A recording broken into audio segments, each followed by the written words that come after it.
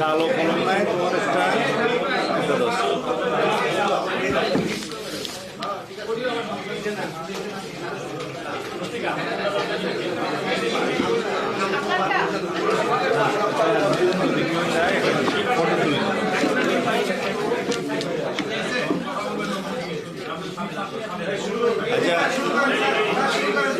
সবাই আসছে আর তো অপেক্ষা করার দরকার নেই।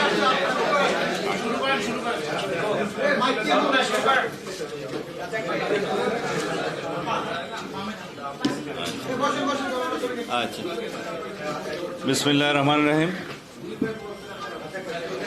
সংক্ষিপ্ত সময়ের আমন্ত্রণে আপনারা সবাই এসছেন, সেজন্য আপনাদেরকে ধন্যবাদ জানাই, কৃতজ্ঞতা জানাই। আমি একটি সংবাদের বিষয়ে আপনাদের সামনে আমার অবস্থান পরিষ্কার করার জন্য আজকে আপনাদেরকে এই কষ্ট দিয়েছি। গতকালকে জাতীয় দৈনিক প্রথম আলো এবং আর কয়েকটি পত্রিকায় এবং সম্ভবত একটি অনলাইনে এসছে, আমি দেখার সুযোগ পাইনি, একটি সংবাদ প্রকাশিত হয়েছে যে আমি দীর্ঘ 10 বছর পর আমার নিজ জেলা কক্সবাজারে অবতরণ করলে সেখানে সম্বর্ধনায় আমার দলের পক্ষ থেকে যে সম্বর্ধনা আয়োজন করা হয়েছে সেখানে একটি গাড়ি আমি ব্যবহার করেছি, যে গাড়িটি একটি কোম্পানির, যার নামে সংবাদে লেখা হয়েছে এস আলম কোম্পানির। তো এই বিষয়ে আমাকে জানতে চেয়েছিল নিউজ করার আগে প্রথম আলোরই চট্টগ্রাম ব্যুরোর সাংবাদিক। তা আমি আননোন টেলিফোন, তারপরেও আমি হঠাৎ করে ধরে আমি বলেছি যে আমি কোন গাড়িতে উঠেছি, কোথায় যাব, এর কোনো কিছুই তো আমি ঠিক করতে পারিনি, আমি নিজেই জানতাম না। এগুলো জেলা বিএনপির নেতৃবৃন্দ যারা সম্বর্ধনার আয়োজন করেছে তারাই জানত। এখন দীর্ঘ 10 বছর পর আমার নিজ জেলায় যাওয়ার সুযোগ হয়। দলের নেতা কর্মীগণ আমাকে সম্বর্ধনা দেওয়ার যে আয়োজন করেছে বিমানবন্দরে এবং কক্সবাজার থেকে আমার নির্বাচনী এলাকা চকরিয়া পেকুয়ার মহাসড়কের বিভিন্ন স্থানে, তাতে লোকে লোকারণ্য হয়ে যাবে। কক্সবাজার বিমানবন্দরের যে সড়ক, বিমানবন্দর সড়ক, এখানে কোন রকমের কোনো গাড়ি ঘোড়া ঢোকার কোনো সুযোগ তখন ছিল না, এত বেশি লোকের সমাগম। তা আমি বিমানবন্দরে নামার পরে কিছু গাড়ি দেখেছি ভিতরে, তা আমাদের নেতাকর্মীরা বলেছেন যে এইটাতে উঠেন, এই গাড়িতে আমি উঠেছি। তা এখন সেই গাড়িটি কার, সেই মুহূর্তে আমি তো ওই চিন্তা ভাবনার মধ্যে ছিলাম না, আমি তখন অনেকটা আবেগ আপ্লুত ছিলাম। আমার দেশবাসীর ভালোবাসায় সিক্ত হচ্ছিলাম এবং মনের মধ্যে মা বাবার কবর জিয়ারতের বাসনায় মগ্ন ছিলাম। তখন আমার মনের অবস্থা ছিল না যে আমি কোন গাড়িতে, কার গাড়িতে উঠছি ইত্যাদি খোঁজ নেওয়ার। এই সংবাদ প্রকাশ হওয়ার পরে আমি খোঁজ নেওয়ার চেষ্টা করলাম এবং জানতে পারলাম এই গাড়িটা আমার এলাকার এক ছোট ভাই, যে উক্ত কোম্পানিতে বিভিন্ন জমি জমা দেখাশোনার কাজ করে এবং কোম্পানি থেকে তাকে বিভিন্ন সময় ব্যবহারের জন্য এই গাড়িটি দেয়া হয়। সেও অন্য সকলের মতো আমাকে বরণ করার জন্য এয়ারপোর্টে গেছে, তার গাড়িতে করেই গেছে। কারণ সেও জানতো না যে আমি তার গাড়িতে উঠব, আমিও জানতাম না আমি কার গাড়িতে উঠব। এটা জেলা বিএনপির নেতৃবৃন্দ ঠিক করেছে। তো এই অবস্থায় যে সংবাদটা প্রকাশিত হয়েছে তাতে জনমনে কিছু বিভ্রান্ত সৃষ্টি হওয়া স্বাভাবিক। তারপরেও এই একটি পুরাতন গাড়ি সে আমার ছোট ভাই নিয়ে গেছে, সে খুব আনন্দিত যে আমি তার গাড়িতে ছুটতে পেরেছি।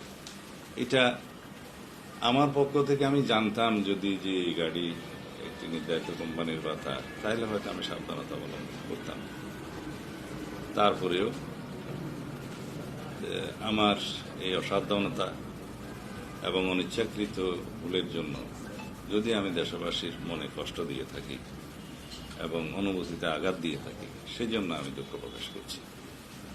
আপনারা যদি ইচ্ছা করেন প্রশ্ন করতে পারেন। আমাদের দেশে এই কালচার নাই তো, নিজের দোষ না করেও এরকম দুঃখ প্রকাশের কালচারটা আসলে এটা এতভাবে ভাইরাল হয়েছে তো আপনার মূল বিষয়টা আপনি যেটা বললেন আমরা বুঝতে পেরেছি, তারপরও এখানে কোনো আপনি ষড়যন্ত্র আপনার বিরুদ্ধে এলাকার কোনো বিষয় আপনি আজ করছেন কিনা? না, আমি ঠিক বিষয়টিকে অন্যভাবে একটু ব্যাখ্যা করি। এখন আমাদের সবার উচিত পতিত ফেসিবাদের বিরুদ্ধে আমাদের বিভিন্ন রকমের তথ্য সমৃদ্ধ সংবাদ প্রকাশ করা। যারা দীর্ঘ 15-17 বছরে দেশটাকে বিভিন্নভাবে ধ্বংস করে দিয়ে গেছে, সমস্ত প্রতিষ্ঠান, সাংবিধানিক প্রতিষ্ঠান সহ দেশের সমস্ত অঙ্গ, বিচার বিভাগ, আইন বিভাগ, শাসন বিভাগ সহ, এমনকি ফোর্থ স্টেট, মিডিয়া সহ সর্বত্র যে আমাদের বিভিন্ন পর্যায়ে পছন্দ হয়েছে, ফেসিবাদের যে স্বাক্ষর তারা এখানে রেখেছে তাদের ফেসিবাদী শাসন দীর্ঘায়িত করার জন্য, সেই বিষয়ে আমাদের সোচ্চার হওয়া উচিত। আমাদের এখন অগ্রাধিকার সেটা।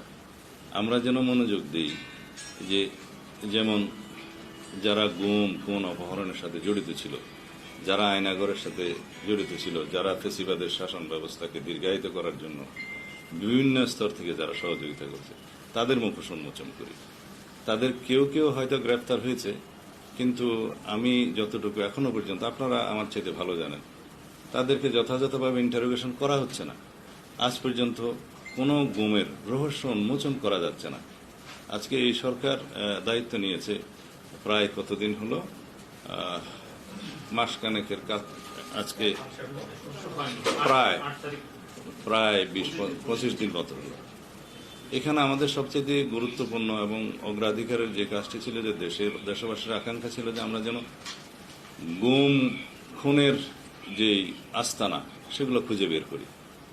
যারা বিগত 15-17 বছরে ফেসিবাদের রোষানলে পড়ে যারা জোরপূর্বক অপহরণ হয়েছে, এনফোর্স ডিসঅ্যাপিয়ারেন্স যেটাকে আমরা বলি, তাদেরকে খুঁজে বের করি।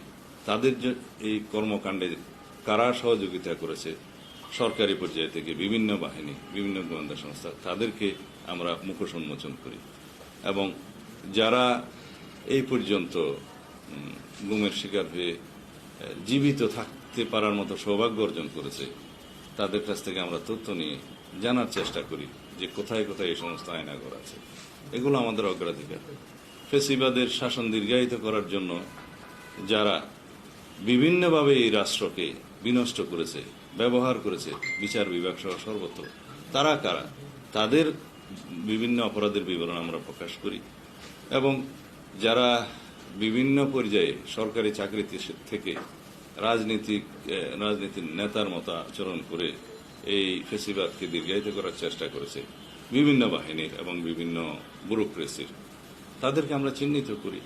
এবং এই দেশটাকে আমরা প্রকৃত একটি গণতান্ত্রিক রাষ্ট্র বিনির্মাণের জন্য সবাই আমরা তথ্য দিয়ে, সংবাদ প্রকাশ করে, আমাদেরকে পরামর্শ দিয়ে সহযোগিতা করি, যাতে বর্তমানের অন্তর্বর্তীকালীন সরকার তাদের হাতকে আরো শক্তিশালী, মজবুত মনে করে এবং তারা জনগণের জন্য সংস্কার এবং একটি প্রয়োজনীয় রাষ্ট্র কাঠামোর যে সংস্কার আমাদের দরকার, সেই সংস্কারে মনোযোগ দিতে পারে।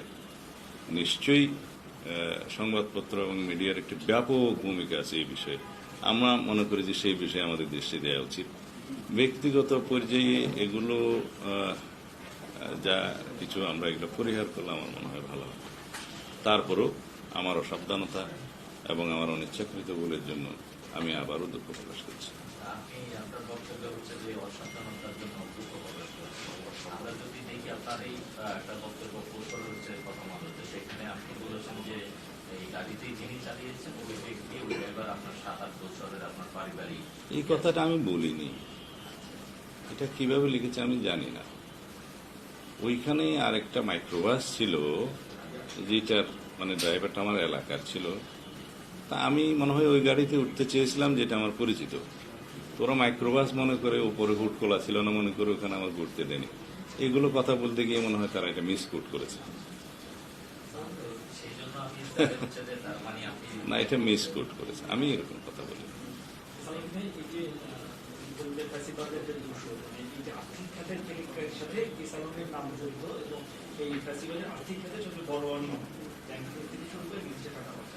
এই এস আলমের গাড়িতে আপনি অনিচ্ছাকৃতভাবে না জানার কারণে উঠেছে।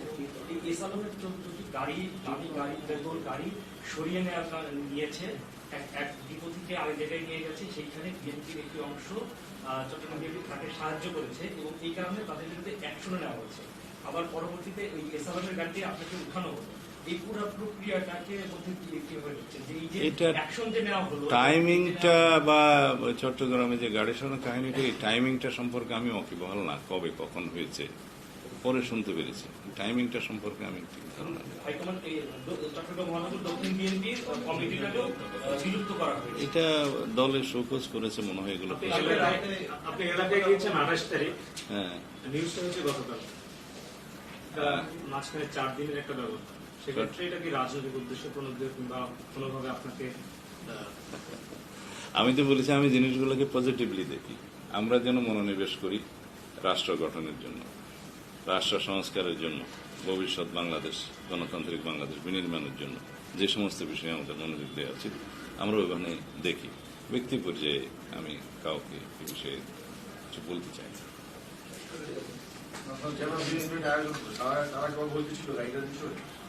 আমার মনে হয় তারাও অবহিত ছিল না।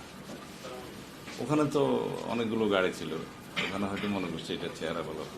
এই যে মিশে যাওয়ার চেষ্টা, বিএনপির সাথে এই যে সুরাচারের ধরেন কিংবা ফ্যাসিবাদের দোষরদের যে বিএনপির সাথে মিশে যাওয়ার চেষ্টা, কিংবা এই গাড়িগুলো যে আপনাকে নিতে আসছে, যে মিশে যাওয়ার চেষ্টা, এইটা ঠেকানোর জন্য আপনারা কিছু করবেন কিনা, কিংবা এই যে মিশে যাওয়ার আচ্ছা চেষ্টা। জেন্টলম্যান, এটা কি প্রায়োরিটি? আপনাদের বোঝা উচিত কেন এগুলোকে প্রায়োরিটি দিয়ে মনোযোগটা অন্যদিকে নেওয়া হচ্ছে। আমাদের প্রায়োরিটি হচ্ছে প্রয়োজনীয় রাষ্ট্রীয় কাঠামোর গণতান্ত্রিক সংস্কার এবং একটি সুন্দর সুষ্ঠু নির্বাচনের উদ্দেশ্যে এই জাতিকে, প্রতিষ্ঠানগুলোকে তৈরি করা। এটাই আমাদের প্রায়োরিটি। এবং ফেসিবাদের দোসর যারা ছিল, যারা ফেসিবাদকে টিকিয়ে রেখেছে দীর্ঘদিন, তাদের মুখোশ উন্মোচন করা। আমি তো 10 বছর ফেসিবাদের রোশনালো পড়ে নির্বাসিত ছিলাম, আয়নাগরে ছিলাম, মৃত্যুর মুখোমুখি ছিলাম। আমাদের তো আর কোনো পরীক্ষা দেওয়ার প্রয়োজন আছে বলে মনে করি না জাতির জন্য।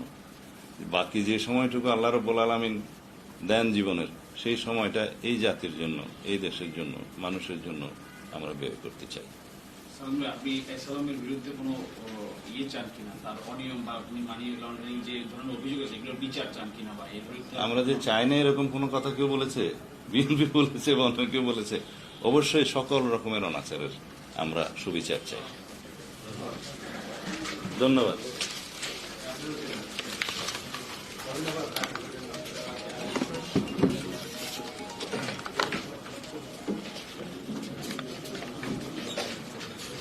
আবারও সবাই আসার জন্য আমি কৃতজ্ঞতা জানাচ্ছি, কারণ আমি এত গুরুত্বপূর্ণ লোক না যে আপনাদের কথা।